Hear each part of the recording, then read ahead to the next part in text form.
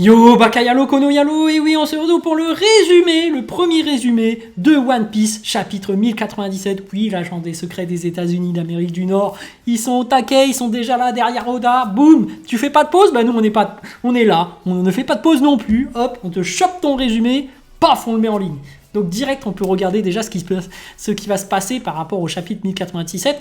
Est-ce que le flashback va continuer par rapport à Goldie Roger? On va bien voir ça, mais bref, avant de commencer, instant auto-promo, bien évidemment, mon manga Wolfius, disponible légalement et gratuitement sur Manga Draft, que je fais en partenariat avec mon dessinateur Sabri. Donc tu peux d'ores et déjà taper Wolfius sur Google, comme ça tu pourras tomber directement sur mon manga, du moins les coulisses pour l'instant. Bref, vous êtes là pour le résumé du chapitre 1097 de One Piece. Donc on va regarder ça les amis tranquillement. C'est parti, Shiki et Canon. Donc bon les amis, clim hein, pour Henrik 21, mais bref. On va regarder ça tranquillement. Hop, on va se décaler. Et donc c'est parti. Spoiler 1097 de One Piece. Donc le titre c'est One Piece 1097 Genie. Donc Genie... qui connaît Genie, la boisson chaude la plus chaude des boissons froides? Genie, avec Clara Morgan qui... oui, les anciens savent quelle est cette boisson. Mais bref, le roi du royaume de Sorbet a imposé une énorme taxe aux citoyens pour rendre hommage au gouvernement mondial. Ouais, une sorte de dîme, voilà, t'es obligé de payer. Donc oui, on sentait que c'était une dictature, hein. T'es obligé de payer les impôts, c'est tout. Bon, après, c'est pas obligé d'être une dictature pour les impôts, mais bref. Il divisa le pays en deux parties. Une partie devint sous la protection de l'État et l'autre devint hors-la-loi. Kuma était dans la section des hors-la-loi. Un révolutionnaire déjà à l'époque, donc bon. Mais après, c'est intéressant de voir l'histoire de Kuma. L'armée révolutionnaire dirigée par Dragon et Ivankov attaqua le royaume de Sorbet et renversa le roi tyran. À cette époque, Kuma rejoignit l'armée révolutionnaire. Ok, donc on va peut-être voir Dragon en action dans ce chapitre. Oui.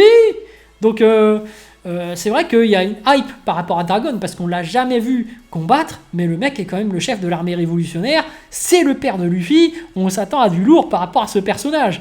Par contre, Ivankov, moi je m'en fous un peu, mais bon.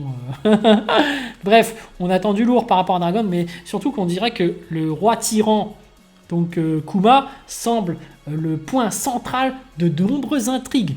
Donc qu'on développe ce personnage par rapport à son background et tout, c'est intéressant. Mais évidemment, nous, on sait très bien que One Piece c'est un manga de puissance, donc on est là pour voir de la puissance. Donc on veut voir Goldie Roger, on veut voir des personnages puissants se battre, on veut voir si les amiraux ont le niveau des Yonko, on veut voir Mihawk se prendre une clim et Mihawk se faire battre par Vista, tout simplement. Donc tchac. Non, j'ai conne, évidemment. Il y a la partie histoire qui est très intéressante. Donc on va continuer à lire ce premier résumé. Donc Dragon faisait partie de la marine dans le passé, mais il est parti après avoir appris qu'il n'y avait pas de justice là-bas. Ça c'est intéressant parce que en fait les pro-amiraux qui adorent les amiraux s'attendent à ce que les amiraux luttent vraiment pour la justice. Tu sais, qu'ils représentent vraiment le peuple et la justice, et qu'il y a cette valeur justice derrière qui est respectée. Mais en fait, ce n'est pas ce que veut nous raconter le manga. En fait, les amiraux obéissent aux ordres du gouvernement mondial, et on voit très bien que le gouvernement mondial font beaucoup de cachotteries, notamment le siècle oublié, et que derrière, quand tu vois Saturne, quand tu vois les 5 doyens, quand tu vois Im-sama, en réalité, on apprend que ce sont eux les méchants. Donc au final, les amiraux, ce sont les méchants de l'histoire. Et finalement, les plus intelligents parmi les amiraux, on voit qu'il y a Garp qui a pu prendre conscience qu'il y avait quelque chose qui n'allait pas, qu'on était plus ou moins manipulé au sein de la marine, et donc finalement Garp il s'est dit je vais appliquer ma propre notion de justice et je ne vais pas évoluer en tant qu'amiral.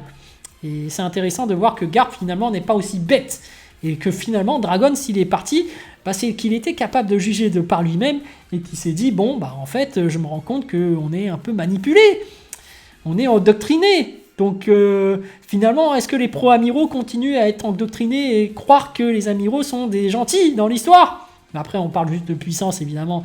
Donc les pro-amiraux qui adorent les pro-amiraux, soit ils les aiment par rapport à leur puissance, parce qu'ils estiment qu'ils sont au niveau Yonko, soit ils les aiment par rapport à leur valeur, mais au final leur valeur est complètement erronée, parce qu'ils ne travaillent pas vraiment pour la justice, ils travaillent pour le mal.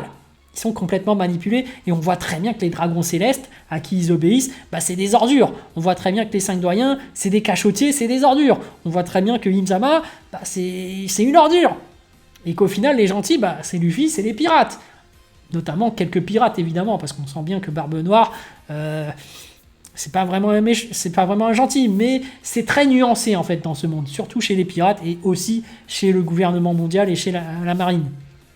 Parce que même au sein de la marine, on voit qu'il y a des gens qui ont des brides de rébellion. On va dire ça comme ça. Même au sein des amiraux. Hein. On voit que Ryokugyu, par contre, il est complètement aveuglé. Il vénère les dragons célestes comme des dieux. Mais on sent que, voilà, chez certains autres...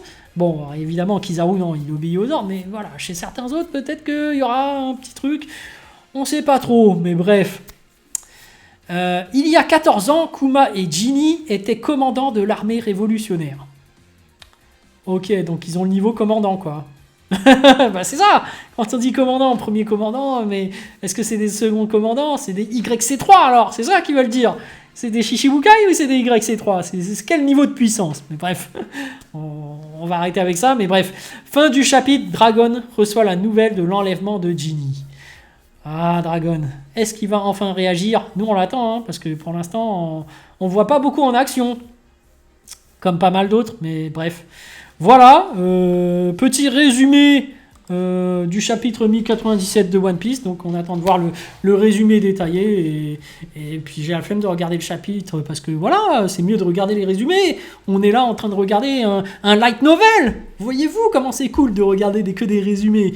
Moi, je le dis, hein, moi, je vais apprendre que le One Piece, c'est le chapeau de paille, mais je vais le découvrir sous ce format, doc. Et il y en a qui vont dire, mais ça va te gâcher ton expérience utilisateur.